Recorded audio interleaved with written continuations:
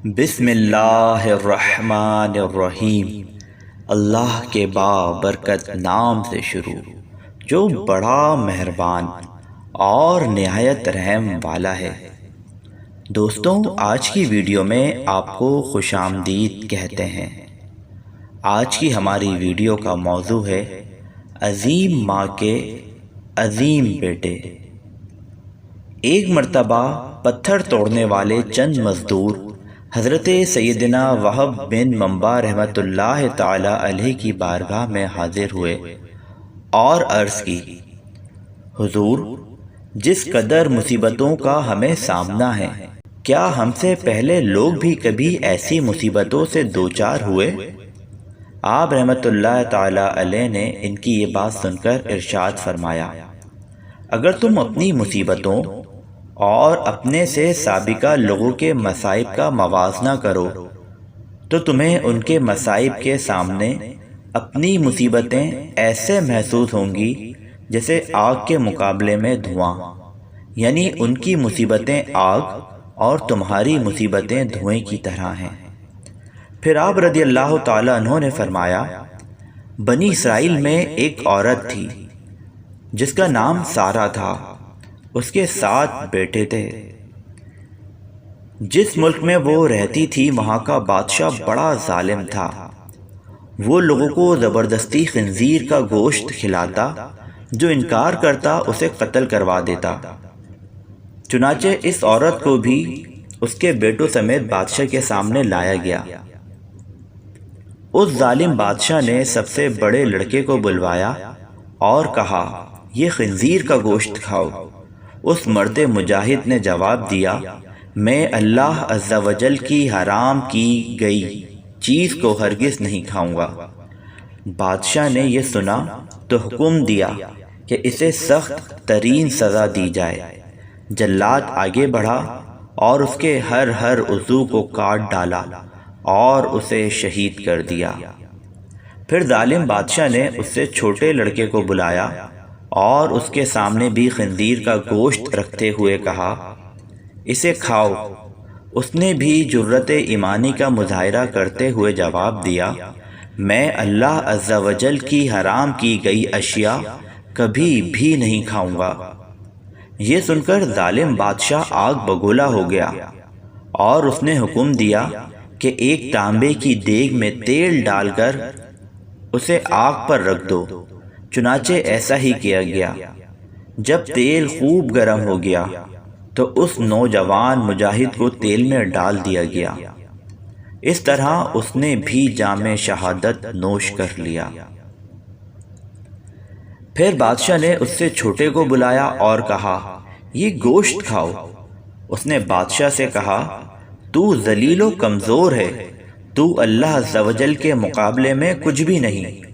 تو مجھے اللہ عز و جل کے حکم کے خلاف کس بات پر ہرگز آمادہ نہیں کر سکتا؟ جو تیرے جی میں آئے تو کر لے، لیکن میں اللہ عز و جل کی حرام کردہ اشیاء کبھی بھی نہیں کھاؤں گا۔ بادشاہ یہ سن کر ہنسنے لگا اور لوگوں سے کہنے لگا، کیا تم جانتے ہو کہ اس نے مجھے گالی کیوں دی؟ اس نے یہ سوچ کر مجھے گالی دی ہے کہ میں گالی سن کر طیش میں آ جاؤں گا اور فوراً اسے قتل کرنے کا حکم دے دوں گا۔ اس طرح یہ آسانی سے موت کے گھاٹ اتر جائے گا، لیکن میں ہرگز ایسا نہیں کروں گا۔ پھر اس ظالم بادشاہ نے حکم دیا کہ اسے سخت سے سخت سزا دی جائے۔ چنانچہ ظالم بادشاہ کے حکم پر پہلے اس نوجوان کی گردن کی کھال کاٹی گئی، پھر اس کے سر اور چہرے کی کھال اتار لی گئی اور اس طرح اسے بھی شہید کر دیا گیا۔ بادشاہ نے اسی طرح مختلف ظالمانہ انداز میں باقی بھائیوں کو بھی شہید کروا دیا۔ آخر میں سب سے چھوٹا بھائی بچا۔ بادشاہ نے اس کی والدہ کو بلایا اور کہا، میں تیرا بھی یہی حشر کروں گا۔ اگر تو اپنی اور اپنے اس بیٹے کی سلامتی چاہتی ہے تو اسے تنہائی میں لے جا کر سمجھا، اگر یہ لقمہ کھانے پر بھی راضی ہو گیا تو میں تم دونوں کو چھوڑ دوں گا، پھر تم من پسند زندگی گزارنا۔ اس عورت نے کہا ٹھیک ہے، میں اسے سمجھانے کی کوشش کرتی ہوں۔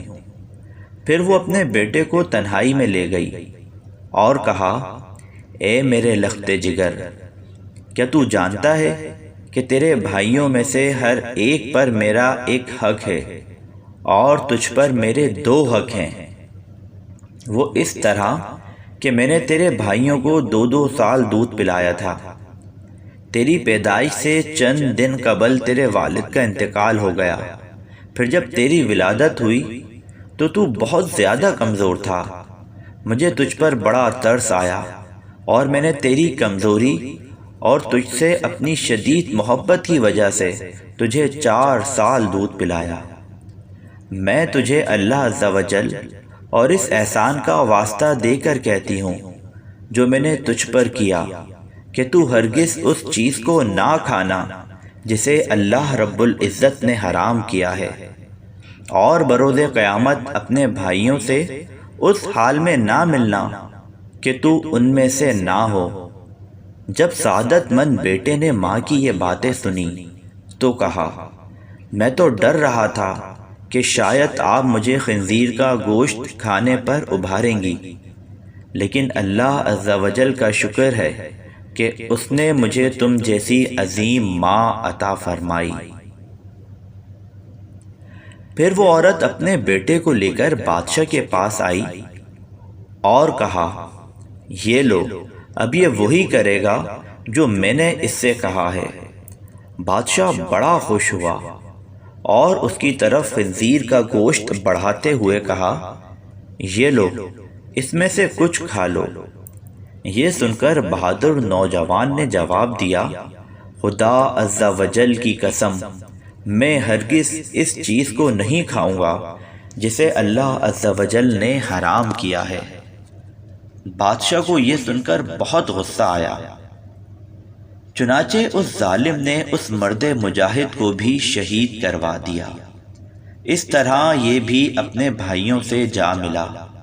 پھر بادشاہ نے اس عظیم عورت سے کہا میرا خیال ہے کہ مجھے تیرے ساتھ بھی وہی سلوک کرنا پڑے گا جو تیرے بیٹوں کے ساتھ کیا ہے۔ اے بڑھیا، تیری ہلاکت ہو، تو صرف ایک لقمہ ہی کھا لے تو میں تجھے منہ مانگا انعام دوں گا، اور جو تو کہے گی میں وہی کروں گا۔ تو صرف ایک لقمہ کھا لے، پھر عیش و عشرت سے زندگی گزارنا۔ یہ سن کر اس عظیم ماں نے جواب دیا اے ظالم، تو نے میرے بچوں کو میرے سامنے مار ڈالا، اور اب تو یہ چاہتا ہے کہ میں تیرے کہنے پر اللہ عز و جل کی نافرمانی بھی کروں۔ اپنے بچوں کی موت کے بعد مجھے زندگی سے کوئی سروکار نہیں۔ خدا عز و جل کی قسم، تو جو کچھ کر سکتا ہے کر لے، میں کبھی اللہ عز و جل کی حرام کردہ شے نہیں کھاؤں گی۔ یہ سن کر اس سفاک و ظالم بادشاہ نے اسے بھی شہید کروا دیا۔ اس طرح اس عظیم ماں کی روح بھی اپنے عظیم فرزندوں سے جا ملی۔ اس طرح اس عظیم ماں کی روح بھی اپنے عظیم فرزندوں سے جا ملی۔ سبحان اللہ عز و جل۔ ان سب نے ایک ایک کر کے اپنی جانیں تو دے دیں، لیکن اللہ عز و جل کے حکم کی خلاف ورزی نہ کی۔ اللہ عز و جل کی ان پر رحمت ہو اور ان کے صدقے ہماری مغفرت ہو، آمین۔